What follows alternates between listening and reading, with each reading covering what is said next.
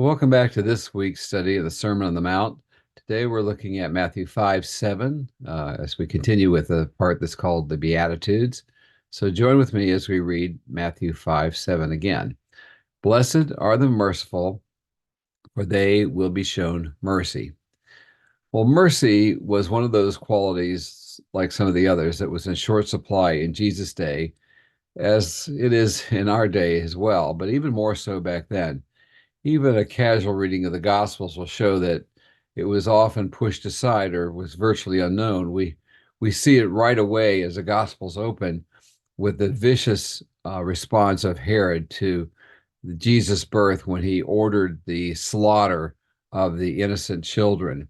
We see it evidenced in the Jewish leaders in their response to Jesus when he was healing, and they were more concerned about him obeying the different parts of the law than really whether he healed anybody at all. And also with the fact that they didn't want to accept the lordship of Christ, they just couldn't bring themselves to it.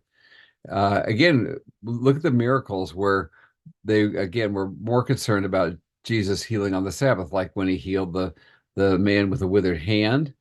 You see that Luke 6 through 11. You see it with the man born blind in John 9. You see it another time with the healing of the demoniac in Matthew 5, 1 through 20. And of course, classically, in the woman taken in adultery in John 8, 1 through 11. But there were many other examples of that as well. Those are just a few. They lost sight of mercy in favor of procedure, in favor of rules. They just could not get past it. Now, procedure in and of itself is not bad. We have to have procedure. We have to have ways to do things, and we have to have rules. We have to have those things. But people sometimes, uh, get lost in those. People were not meant to be packaged and processed like canned meat. They are individuals. They are flesh and blood, and they have feelings, and they have emotions, they have needs, and that's what was lost sight of. Now, it was hardly restricted to the Jewish leaders in Jesus' day. Little mercy was shown to people throughout the world during the time of the New Testament. Enemies who were captured in battle had no idea during the Roman days if they were going to be killed immediately, if they were going to be tortured, or and then killed, or thrown into arenas for blood sport, or end up as slaves. The subjugated people of the Roman Empire were allowed certain freedoms, or they could end up uh, maybe with no freedoms at all. We really don't know. Uh, the thing is, they it was not a time when you could depend upon the mercy of other individuals.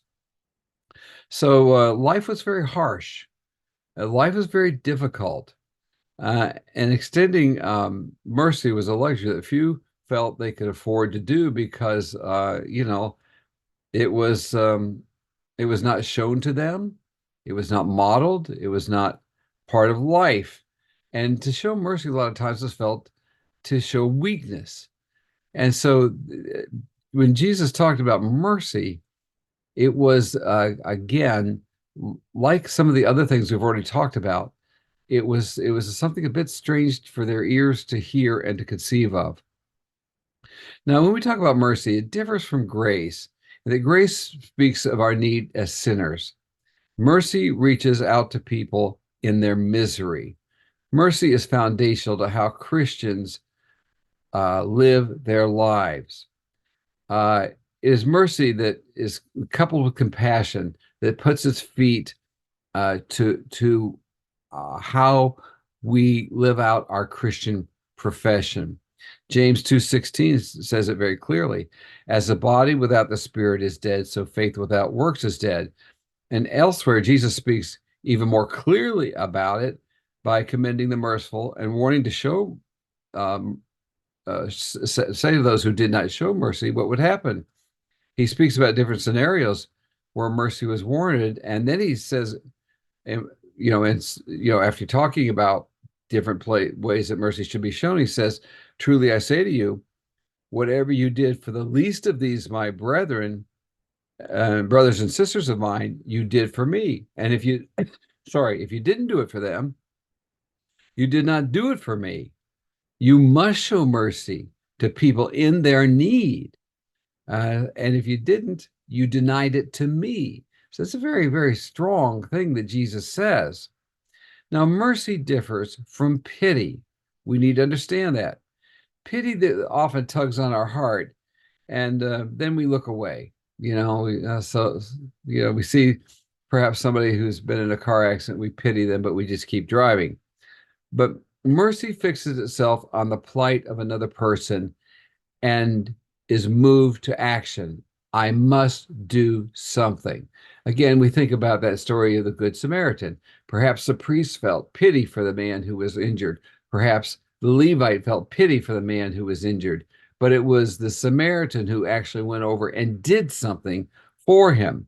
Pity may act in the moment, but mercy seeks a permanent change in the person who is harmed or is in need. The difference between the two can be illustrated in one of the changes or one of the early instances in the Salvation Army. The story is told that William Booth was riding one day in a train and into London and was quite just horrified to see the number of sleepless men sleeping under train trestles in London. And when he got into the office, he called his son in Bramwell, who was his second in command, and he said, "Did you know that there were men sleeping under the bridges at night?" And Bramwell said, "Of course." He said, well, "They are." He said, "But we have no money to do anything about it." And not at all satisfied with that answer, the older Booth said, "Well, then you do something." And Bramwell kept saying, "We can't do anything. We have no money." He said, "You just find a way to do something." And very soon after that, the Salvation Army opened its first shelter for homeless people. Now, that's what mercy does. It finds a way for an answer. It does something about the need when the need is made known. Now, as in other Beatitudes, when Jesus says, the one that shows mercy, there's a promise given to them. And it says they will be shown mercy. Perhaps you remember a time when you were shown mercy. It might have been when you did something that was very, very wrong and you had no defense. What you did was senseless and it was selfish. You hurt someone, or perhaps you realized the damage you had caused and you felt the burden of deep shame, not only for what you had done, but maybe for realizing what you were capable of doing.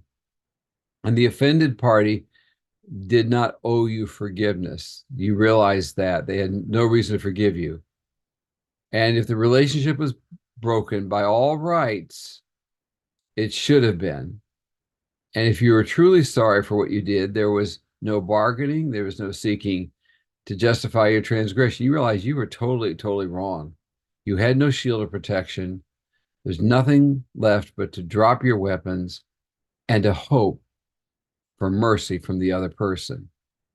Or it might have been a time when you were in a position of great weakness and you suffered a shattering loss. You were just, again, think about that man in the story of the Good Samaritan.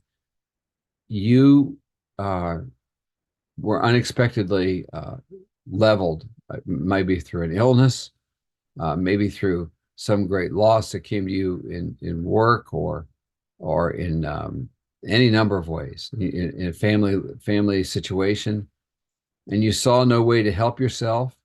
You did not see a way that you could pay back anyone who came to your aid. You were in a helpless place, and somebody in mercy came and helped you out. This mercy was not something you dispensed from a stronger, superior position. It was you that was in the gutter. It was you that stood condemned, perhaps. You were in a humbled and a poor estate, and you were the one who needed to be shown mercy, and it was somebody who showed a compassionate hand to you. The fact is, we don't only need to show mercies, there are times when we need mercy. And, if we have been someone who could not show mercy to somebody else, when we need mercy, people remember how we were toward others. And this is part of what Jesus is saying, is if we have shown mercy, then it makes it easier for other people to show us mercy. And if we can't be forgiving and helpful and compassionate toward others, if we ever need that, how can people be compassionate and kind toward us? So the Beatitude tells us that when we show mercy, we have a claim on something that we shouldn't have, but what we might very well need. So it's a one of these Beatitudes that is very clear. Mercy is shown because someday mercy is needed. And we hope that today, as you think about this, and maybe this week, you'll have some opportunity to show mercy to somebody in some place, and you remember what Christ has said, and remember the opportunity Christ is giving you to act in his name for his sake to reach somebody else. God bless you.